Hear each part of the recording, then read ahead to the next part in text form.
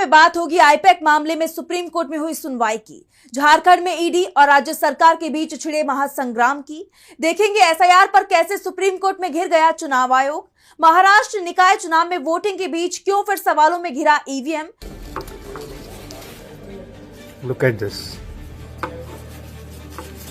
जानेंगे काशी के मणिकर्णिका घाट पर बुलडोजर एक्शन को लेकर क्यों घिरे पीएम मोदी। देखिए मंदिर है, ये टूट रहा है, जान से तोड़ रहा है। और बुलेटिन के आखिर में देखेंगे कैसे जंग के करीब बढ़ रहे अमेरिका और ईरान।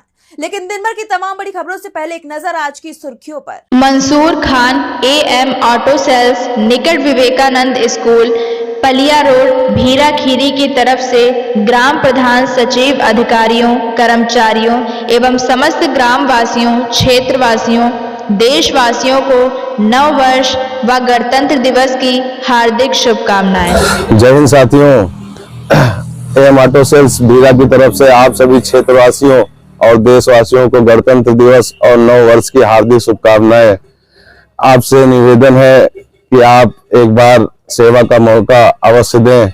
आप हमारी एजेंसी पलिया रोड भीरा खीरी में आकर हमारी सेवाओं का लाभ उठाएं।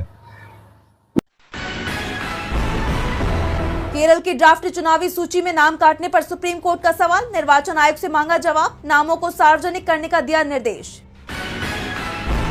बीजेपी सांसद कंगना रनौत को राहत, बठिंडा कोर्ट ने मंजूर की स्थायी छूट की अर्जी। किसान आंदोलन को लेकर बुजुर्ग महिला किसान पर विवादित टिप्पणी का है मामला।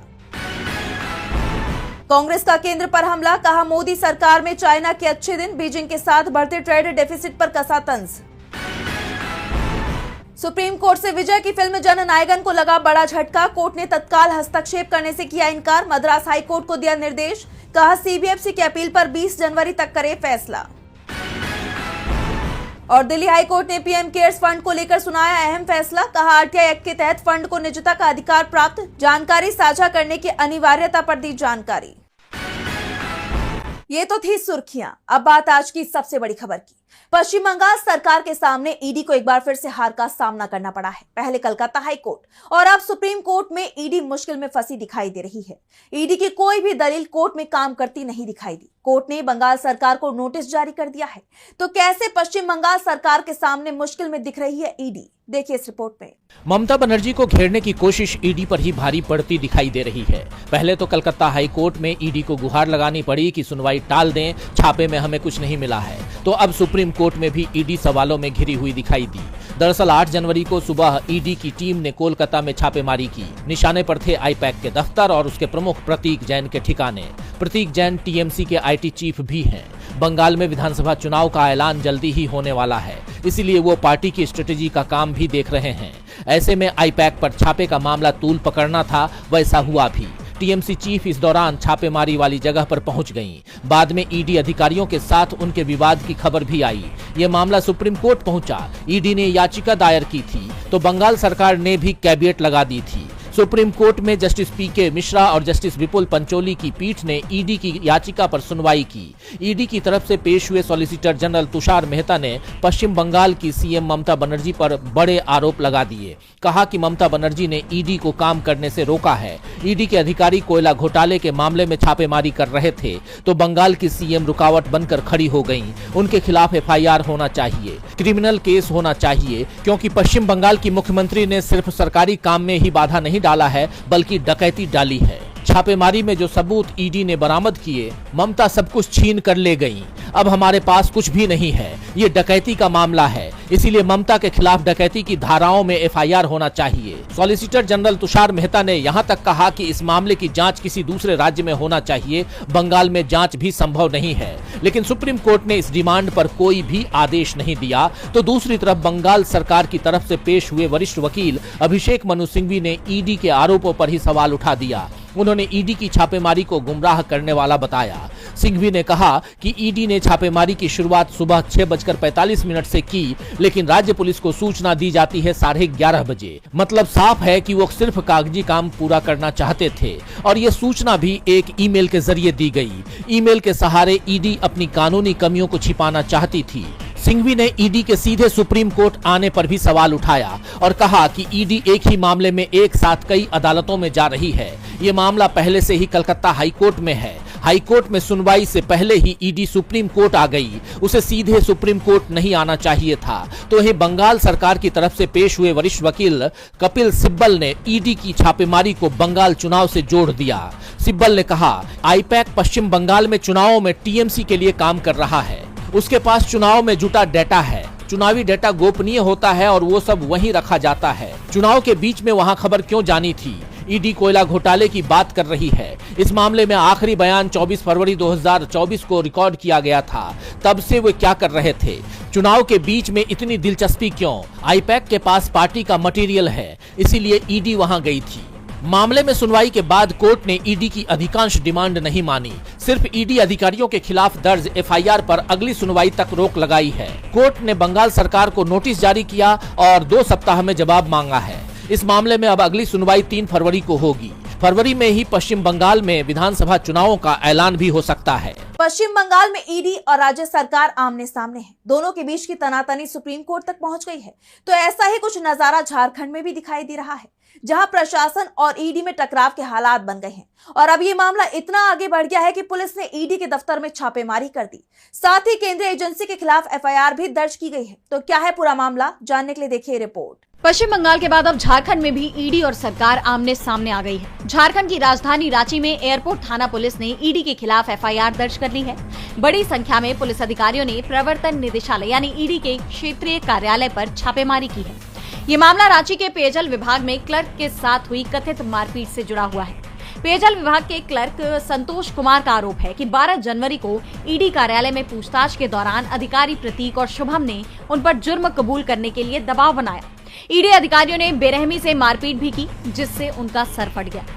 गौरतलब है कि संतोष कुमार पर झारखंड के पेयजल एवं स्वच्छता विभाग में 23 करोड़ रुपए के घोटाले के आरोप लगे हैं। लेकिन अब जिस तरह उन्होंने ईडी के एक्शंस को लेकर शिकायत दर्ज कराई, उसके बाद रांची पुलिस की टीम मामले की जांच में जुट गई है। सबूत इकट्ठा करने के लिए वो ईडी दफ्तर पहुंची, जहां सीसीटीवी फुटेज और अन्य रिकॉर्ड्स खंगाले जा रहे हैं।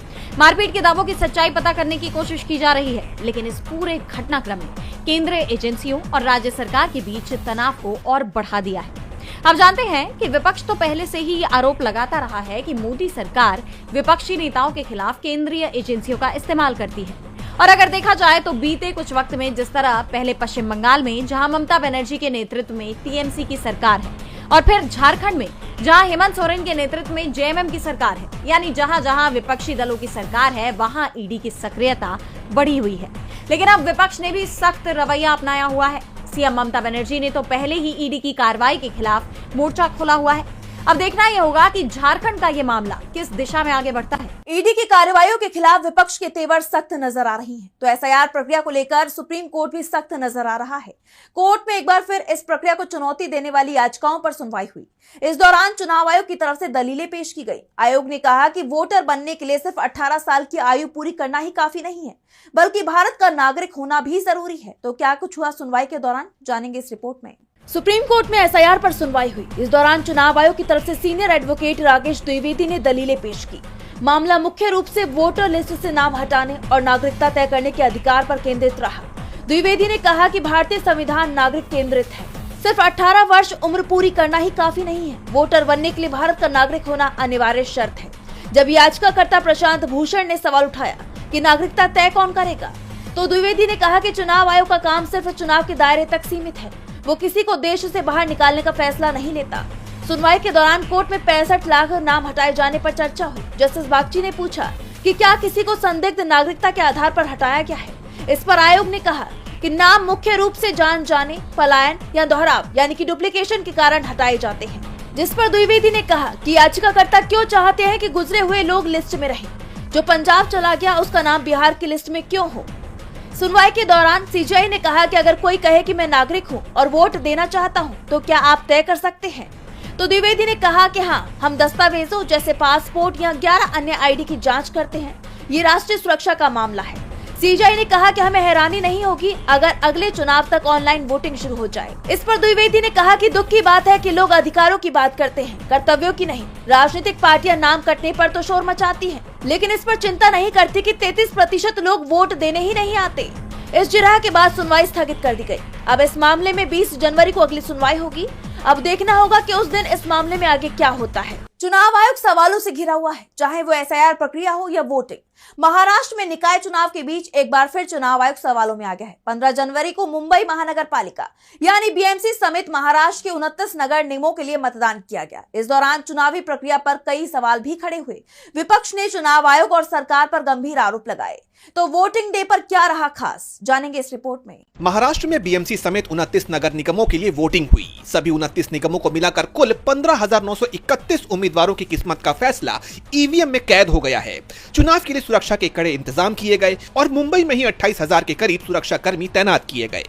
मुंबई नगर निगम के लिए मतदान शाम तक सुस्त ही रहा। करीब 48% ही मतदान हुआ।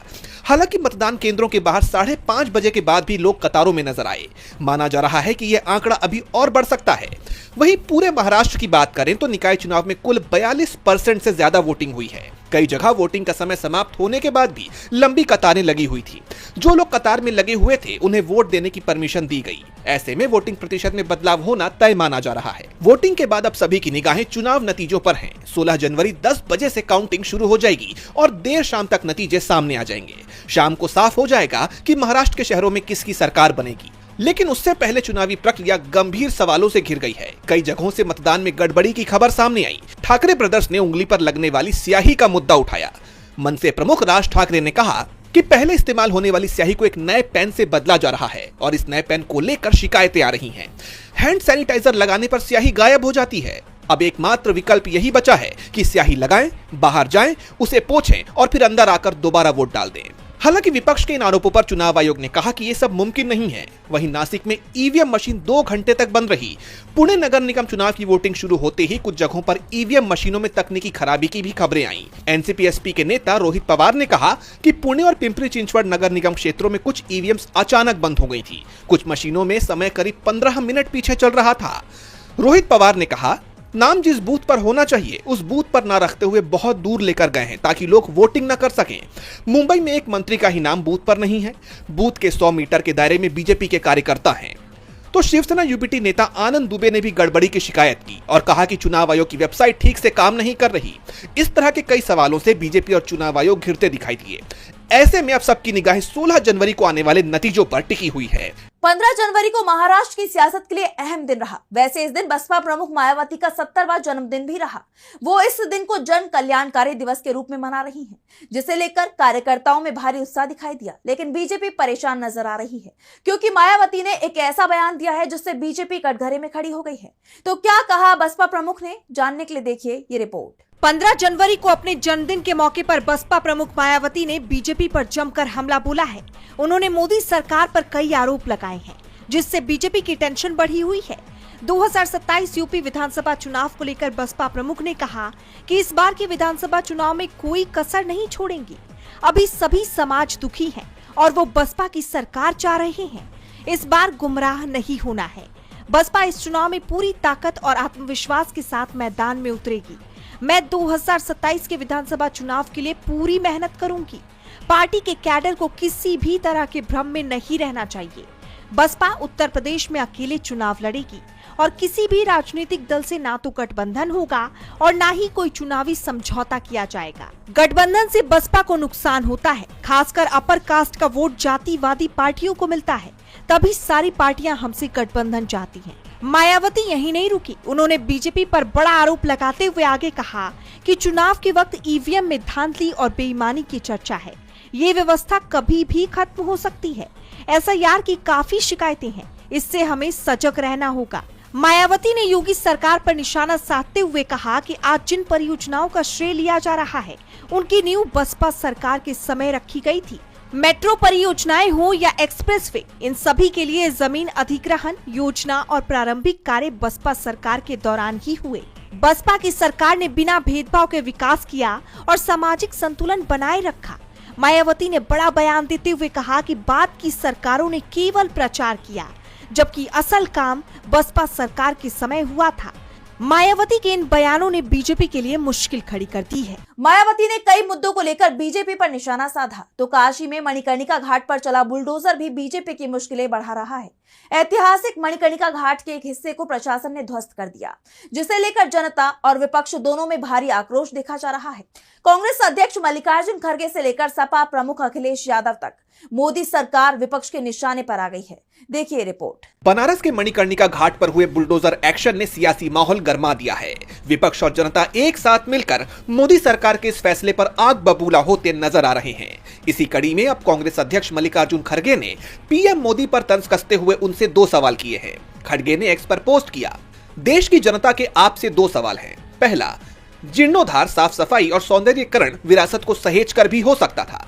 पूरे देश को याद है संसद परिसर से आपकी सरकार ने किस तरह से महात्मा गांधी, बाबा साहेब भीमराव अंबेडकर समेत भारत की महान हस्तियों की प्रतिमाओं को बिना किसी की राय मशविरे के एक कोने में रखवा दिया था। जलियांवाला बाग मेमोरियल की दीवारों से इतिहास से हमारे स्वतंत्रता सेनानियों की कुर्बानियों को इसी रेनोवेशन के नाम पर मिटाया गया। दूसरा सवाल, मणिकर्णिका घाट में बुलडोजर का शिकार बनी सैकड़ों साल पुरानी मूर्तियों पर कुल्हाड़ी चलाकर उन्हें मलबे में क्यों डाला गया?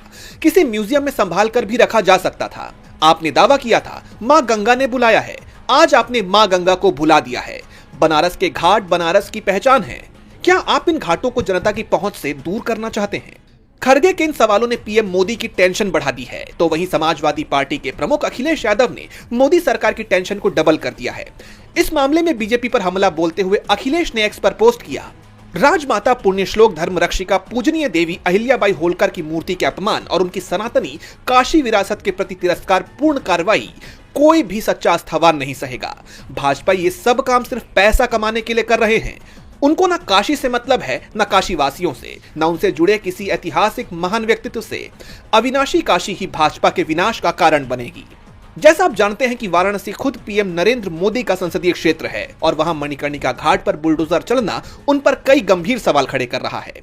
इन सब के बीच अखिलेश यादव के इस ट्वीट ने बीजेपी की बेचैनी बढ़ा दी है। अब देखना होगा कि विपक्ष के इन हमलों और आरोपों पर बीजेपी की तरफ से कोई सफाई आती है या नहीं। और बुलेटिन के आखिर में देखेंगे कैसे जंग के करीब बढ़ रहे अमेरिका और ईरान। अमेरिका कभी भी ईरान पर हमला कर सकता है, इसके लिए वो अपनी तैयारियों को अंतिम रूप देने में जुटा हुआ है।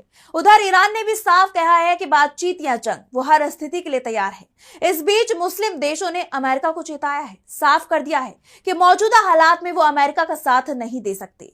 तो क्या है पश्चिम एशिया में मौजूदा हालात, जानेंगे इस रिपोर्ट में। पश्चिम एशिया में कभी भी जंग भड़क सकती है। अमेरिका ने दक्षिण चीन सागर से अपना सबसे घातक युद्धपोत अब्राहम लिंकन ईरान की तरफ भेज दिया है। इस एयरक्राफ्ट कैरियर पर 90 F-35 लड़ाकू विमान तैनात है। यानी एक तरफ से वो ईरान को घेरने की योजना बना रहा है, तो दूसरी तरफ अपने सैन्य ठिकानों को भी सुरक्षित करने में जुटा हुआ है। कतर में अमेरिकी एयरबेस से अतिरिक्त सैनिकों को हटाया जा रहा है, क्योंकि ये तय है कि अगर जंग हुई तो ईरान कतर में बने अमेरिकी सैन्य बेस को निशाना जरूर बनाएगा। ईरान ने तो पहले ही धमकी दे दी है कि अगर हमला हुआ तो सबसे पहले अमेरिका के सैन्य ठिकानों को निशाना बनाया जाएगा। ईरान ने भी अपना एयर स्पेस बंद कर दिया है। ऐसे में संकेत यही मिल रहे हैं कि जंग बेहद नजदीक है। लेकिन क्या अमेरिका के लिए ईरान पर हमला करना इतना आसान है और क्या उसे अपनी जीत का भरोसा है? वैसे फिलहाल तो अमेरिका के लिए ईरान पर हमला करना मुसीबत मोल लेने जैसा लग रहा है, क्योंकि मुस्लिम देश अमेरिकी सैन्य कार्रवाई का विरोध कर रहे हैं। सऊदी अरब हो या तुर्की, कतर हो या ओमान, सभी प्रमुख देशों ने जंग को खतरनाक बताया है। उन्होंने ईरान के समर्थन में ये साफ कर दिया है कि वो किसी भी देश को अपनी जमीन या अपने हवाई क्षेत्र का इस्तेमाल ईरान के खिलाफ गतिविधियों के लिए नहीं होने देंगे। यानी अमेरिका के पास हमला करने के लिए ना तो इन देशों का सपोर्ट है और ना ही कोई मजबूत विकल्प, क्योंकि पश्चिम एशिया में लगभग सभी देश ईरान के साथ नजर आ रहे हैं। अब देखना यह होगा कि अमेरिका और ईरान के बीच जारी ये जुबानी जंग आखिर किस नतीजे पर पहुंचता है। आज सोशल मीडिया से लेकर आपके चलते फिरते जीवन में भी पत्रकारिता के बुरे दौर की चर्चा होती है, क्योंकि जिन लोगों पर सूचना देने की जिम्मेदारी है वो आपके लिए नहीं बल्कि कॉरपोरेट और सरकारों को फायदा पहुंचाने में लग गए हैं। विज्ञापन मॉडल को खारिज कर आप इस बीमारी को दूर कर सकते हैं और अपने नारे को बुलंद कीजिए। मेरे खर्च पर आजाद है खबरें।